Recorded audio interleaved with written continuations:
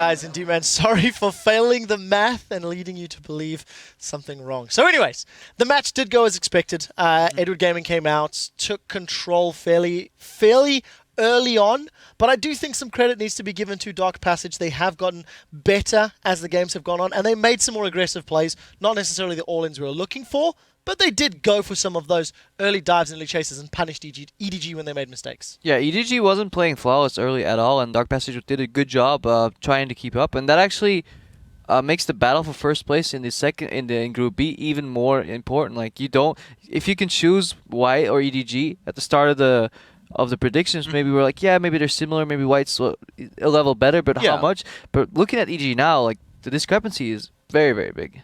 Yeah, and Jat was talking about how EDG is known for stepping up and being very consistent, but this is the World Championships. It's so hard to just say, yeah, they're going to step up when it actually matters. If they play, for example, Samsung White or Samsung Blue, it's just going to be ridiculous to say that their early game would shape up so quickly. I mean, they're making so many mistakes, especially against a weaker team. I just didn't expect that from China's best. I agree completely. On one hand, you can say, well, they were playing a big underdog. They played a little bit recklessly, like Samsung White kind of was in their games, but of course, those guys made it look really clean.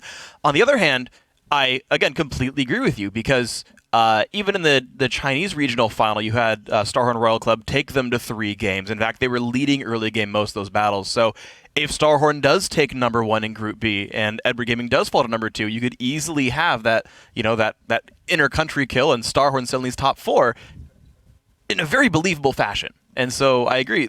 These guys need to shape up that early game and temper that aggression somewhat.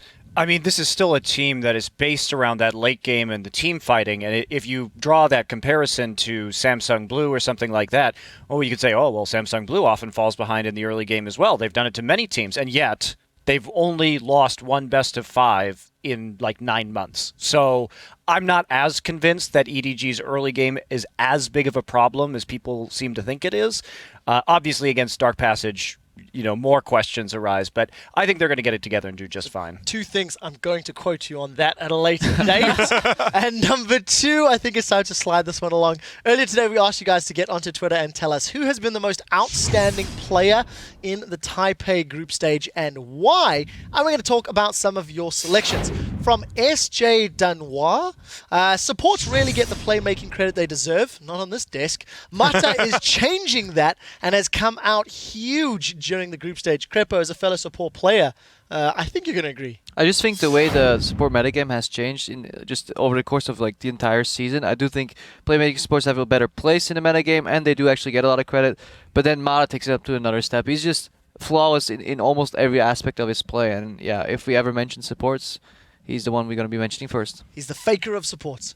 All right, next one. At Demon Zyod, BB really impressed me with his mechanics in their game against Starhorn Royal Club. He was basically 1v5ing faker style.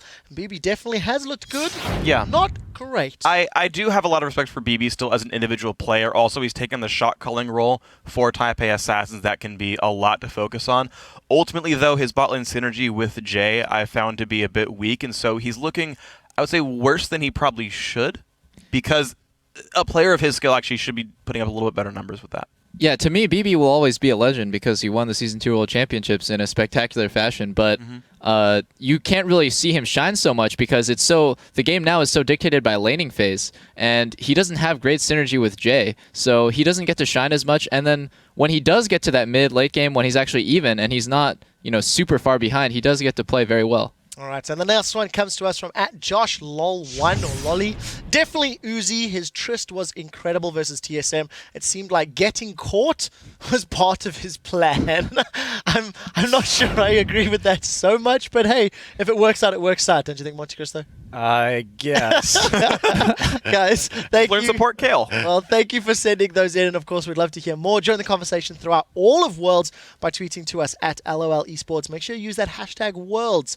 Guys, we'll need to take one final break, and then we'll be back with the last match of the day, featuring SK Gaming versus the Taipei Assassins. Don't miss it.